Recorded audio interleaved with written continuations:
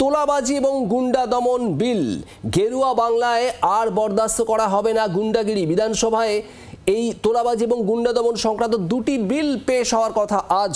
রাজ্যে তোলাবাজি গুন্ডাগিরি কঠোরভাবে দমন করাই এই বিলের উদ্দেশ্য। গুন্ডা বা তোলাবাজদের শুধু জেলেই পাঠানো হবে না, তাদের অপরাধের মাধ্যমে অর্জিত সম্পত্তিও বাজেয়াপ্ত করা হতে পারে।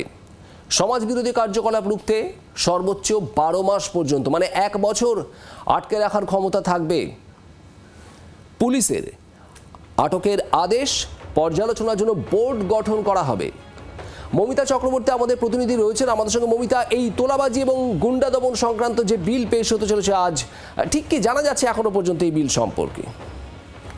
দেখো, নির্দিষ্ট করে এই বিলে বলে দেওয়া হয়েছে যে গুন্ডা বলতে কাদের বোঝানো হয় এবং কোন ধরনের অপরাধ করলে তাদের বিরুদ্ধে রাজ্য সরকার প্রশাসন চাইলে ব্যবস্থা নিতে পারে। এবং এক্ষেত্রে অতীতে বিভিন্ন নজির দেখা গিয়েছে যে তারা আইনের শাসনকে বরদাস্ত করেনি। বিশেষ করে বিগত 15 বছরে সরকারি সম্পত্তি ধ্বংস হওয়া, যখন তখন রাস্তা মোড় আটকে বিভিন্ন ধরনের বিক্ষোভ প্রদর্শন, একাধিক ঘটনা কিন্তু ঘটেছে।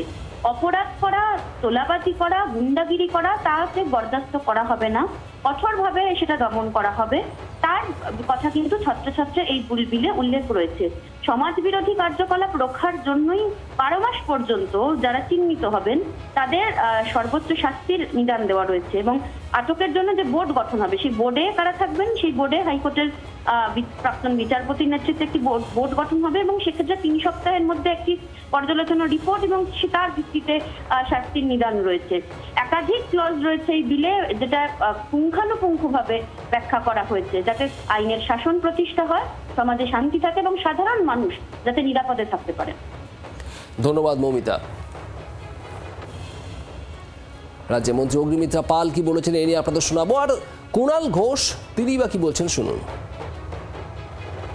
গুন্ডা দমন বিল, এতদিন অব্দি সরকারের প্রপার্টি সম্পত্তি ধ্বংস করে এসেছেন, তার জন্য আপনাদেরকে পুরস্কার দেওয়া হয়েছে। স্টেশন জ্বালিয়ে দেওয়া হচ্ছে, পাথর মারা হচ্ছে, বন্দে ভারতে পাথর মারা হচ্ছে, রাস্তায় ট্রেনের লাইনগুলো উপড়ে ফেলা হচ্ছে, অ্যাক্সিডেন্ট হচ্ছে।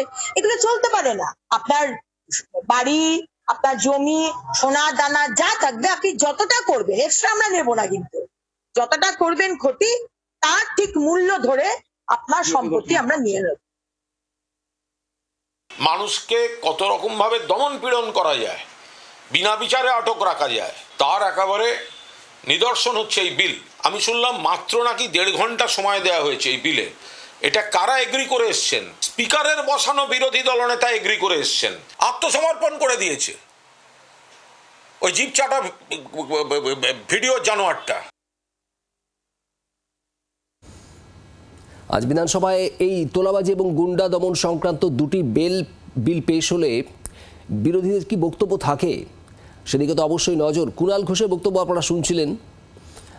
খুব স্বাভাবিকভাবেই বিরোধিতা হবে এবং সেই জায়গায় সরকার পক্ষেরই বা কী বক্তব্য থাকে।